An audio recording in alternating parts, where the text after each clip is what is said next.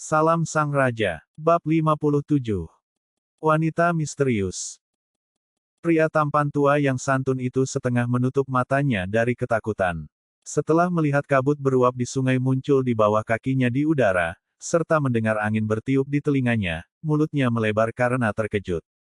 Saat itulah dia menyadari bahwa Alexander baru saja melompati jarak 16 hingga 17 yard. Kekuatan seperti apa itu? Setidaknya itu kekuatan seorang prajurit bintang 2. Kapan Alexander mendapatkan kekuatan seperti itu? Bas, penasaran. Dia merasa bahwa dia telah melewatkan sesuatu yang luar biasa setelah dia meninggalkan kastil. Bang! Setelah mereka berdua naik ke sisi utara jembatan yang runtuh, Angela dengan gembira melompat ke lengan Bas ketika dia menangis. Ayah! Aku tahu kamu akan kembali. Tentu saja, karena kekasihku yang lebih berharga dari hidupku sendiri masih ada di sini. Senyum lembut yang lembut muncul di wajah Bas ketika dia mencium dahi putrinya. Namun, Pers dan para prajurit serta warga negara lainnya memandangnya dengan menghina. Di mata mereka, rubah tua yang licik dan serakah telah menghabiskan semua harta yang ia ambil dan kembali ke Chambord untuk menipu raja lagi dan mendapatkan lebih banyak harta. Meskipun rubah tua tampak sangat anggun dan seperti bangsawan, setelah beberapa tahun, bahkan tentara bayaran yang melewati Chambord telah melihat warna aslinya, kepala pelayan raja yang takut mati dan menghargai uang seperti hidupnya. Semua tatapan dan ekspresi dingin terlihat oleh Bas. Namun, tidak sedikit pun rasa malu muncul di wajah pria tua itu. Dia menepuk punggung putrinya, perlahan-lahan memperbaiki jubahnya yang kasar dan berkata kepada Fei. Alexander, sepertinya sesuatu yang ajaib terjadi padamu. Itu hebat. Tapi aku sarankan kamu untuk berganti pakaian jadi. Setelah dia mengatakan itu, dia melihat artik fur milik barbar yang agak kumuh. Dia bergerak beberapa langkah ke belakang dan melanjutkan. Kaisar Yasin dari Kekaisaran Zenit telah mengirim putri tertua Tanasa sebagai duta kerajaan penobatan dan dia telah tiba dengan legiun penobatan kerajaan.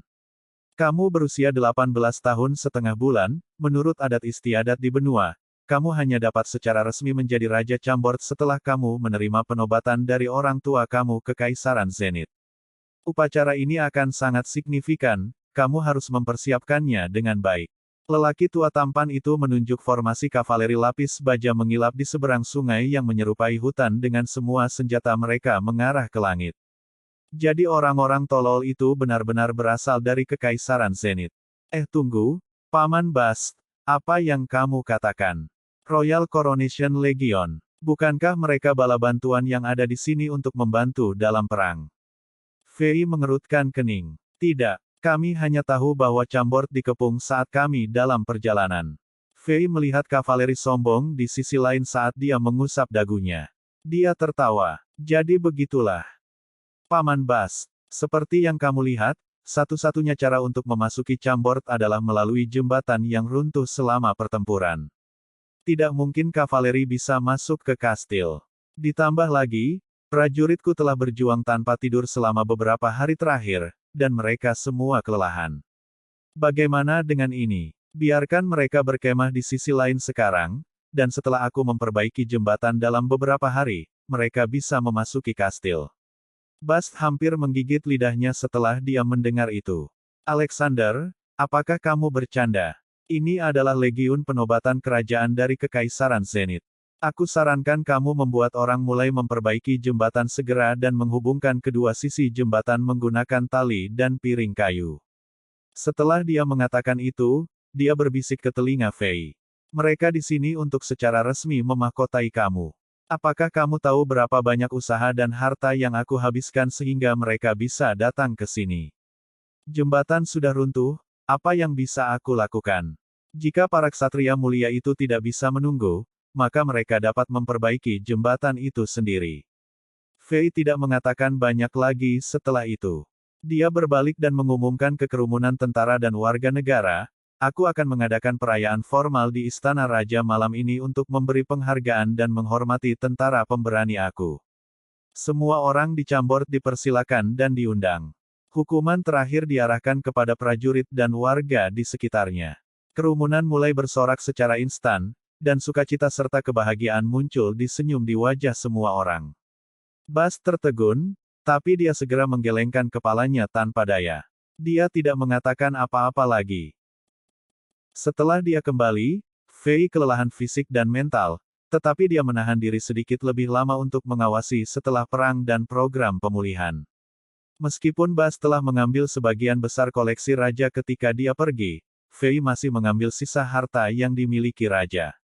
Properti dibagi menjadi puluhan bagian dengan bantuan Angela dan Emma, dan mereka dibagikan kepada keluarga prajurit dan warga yang tewas dalam pertempuran yang terjadi.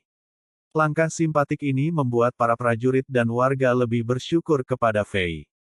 Khusus untuk keluarga yang kehilangan orang yang mereka cintai dan berduka, hadiah raja seperti api di hari musim dingin yang dingin.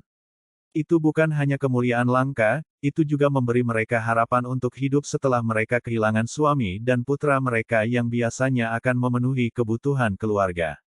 Tiba-tiba, reputasi dan prestise Raja Alexander telah mencapai titik tertinggi sepanjang masa.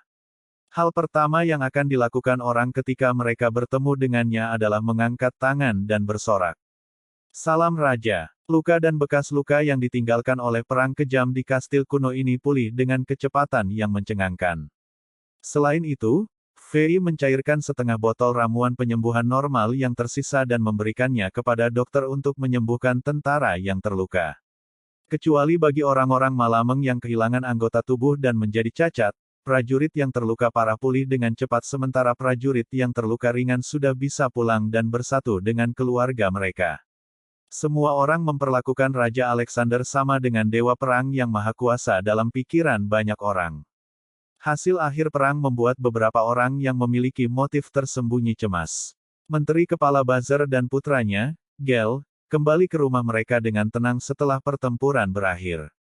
Gerbang itu tertutup dan tidak ada suara pun keluar dari rumah, tidak ada yang tahu apa yang terjadi di sana.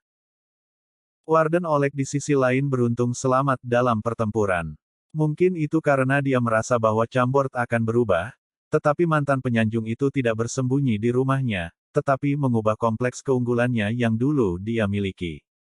Tidak masalah siapa itu, bahkan jika itu seorang pengemis di jalan, dia akan tersenyum pada mereka dan sangat ramah. Dia dengan kuat mendukung setiap keputusan Fei dan menggunakan 100 kali upayanya untuk mengeksekusinya tanpa lelah sambil menyanjung Fei dengan liar dan membuktikan kesetiaannya. Lihat, ada pelangi. Tiba-tiba seseorang berteriak. Tidak ada yang yakin kapan tetapi ketika semua orang melihat ke atas, mereka menemukan pelangi berwarna-warni di langit biru. Yang lebih mengejutkan adalah bahwa langit yang mengelilingi pelangi menjadi merah berkabut seolah-olah seluruh langit dinyalakan oleh seseorang. Melihat dari jauh, tampak seolah-olah ada jembatan mitologis yang berdiri di Samudra Merah. Raja, ini keajaiban. Dewa perang yang hebat memberkati Raja Alexander kita. Memberkati kastil Chambord kita. Karena tidak ada hujan ketika pelangi muncul, banyak orang menghubungkan penyebabnya dengan raja mereka dan dewa perang. Dalam waktu singkat, ada orang-orang yang berlutut dan berdoa dengan tulus di setiap sudut Chambord. Fei berdiri di depan istana raja dan tersenyum. Dia tahu itu karena pertempuran sebelumnya. Banyak mayat jatuh ke sungai Zuli dan menciptakan banyak percikan air dan darah. Ketika mereka menguap menjadi uap air dan kabut darah di bawah terik matahari, itu telah menyebabkan pemandangan yang luar biasa ini. Pada saat itulah perang memperlihatkan keindahannya yang langka. Biksis Tanasa, bagaimana bisa pria kurus itu menjadi raja yang mulia dan anggun? Dia adalah orang biadab yang ceroboh dan kasar. Dia berani mengabaikan kita dan bahkan tidak peduli tentang keagungan dan martabat orang tua kita Kekaisaran Zenith. Pangeran kecil Tropinski dengan ketakutan tiba di tepi utara sungai Zuli ketika ia melakukan perjalanan melalui jembatan sementara yang terbuat dari tali dan pelat kayu. Ketika dia memasuki gerbang Chambord, dia masih buruk mengomentari Fei terus-menerus. Tidak masalah apakah itu kesan pertama menjatuhkannya dan para pengikutnya dari kuda mereka atau kelakuannya yang tidak masuk akal mengabaikan legion penobatan kerajaan di tepi selatan sungai, Tropinski sangat tidak puas dengan Raja Chambord. Faktanya, Tropinski bukanlah satu-satunya yang marah. Bagi para ksatria superior dari Kekaisaran Zenith, pergi ke pedesaan terpencil dengan Royal Coronation Legion sudah merupakan kehormatan besar bagi Chambord. Tetapi, Raja yang tidak berkuasa dari kerajaan berafiliasi level 6 itu menaruh kebanggaannya yang kotor dan tidak menyambut mereka dengan sungguh-sungguh, dan sikap itu telah membuat banyak ksatria dalam pasukan legiun itu melakukannya.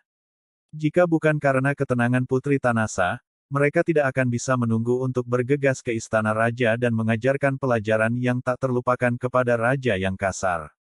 Jimmy, Kode Ksatria memberitahu kita bahwa ketika menyalahkan orang lain atas kekasaran mereka, kita harus merenungkan tindakan kita terlebih dahulu. Tanasa sama sekali tidak mendengarkan keluhan adiknya. Dia masih berbicara dengan nada lemah dan sedang. Sebagai duta besar yang mewakili Kekaisaran Zenith untuk menjadi tuan rumah upacara penobatan, mengejutkan bahwa putri tertua Tanasa tidak keberatan dengan perlakuan dingin. Tidak ada yang tahu apa yang dipikirkan oleh Yang Mulia, dia berada di gerbong sepanjang waktu dan tidak muncul.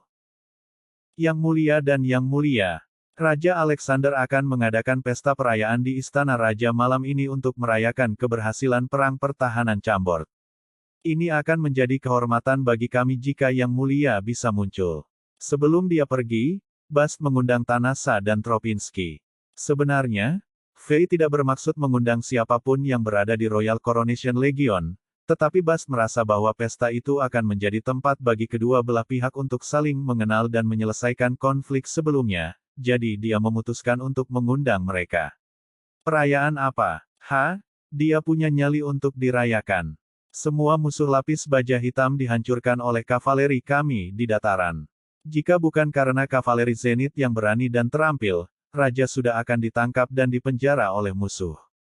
Hahaha, baiklah, katakan pada rajamu yang terbelakang bahwa aku akan pergi dengan pasti. Aku ingin melihat bagaimana lelaki nakal itu mengklaim pujian orang lain. Pangeran kecil Tropinski merespons dengan marah. Matahari terbenam semerah darah. Gunung-gunung di sekitar kastil Chambord mandi dalam cahaya emas. Kastil itu tampak sunyi dan damai di bawah kontras sungai yang bergelombang. Rasanya seperti lukisan pemandangan estetika, memabukkan dan membuat ketagihan. Di jalan beraspal di kastil, ada banyak pejalan kaki.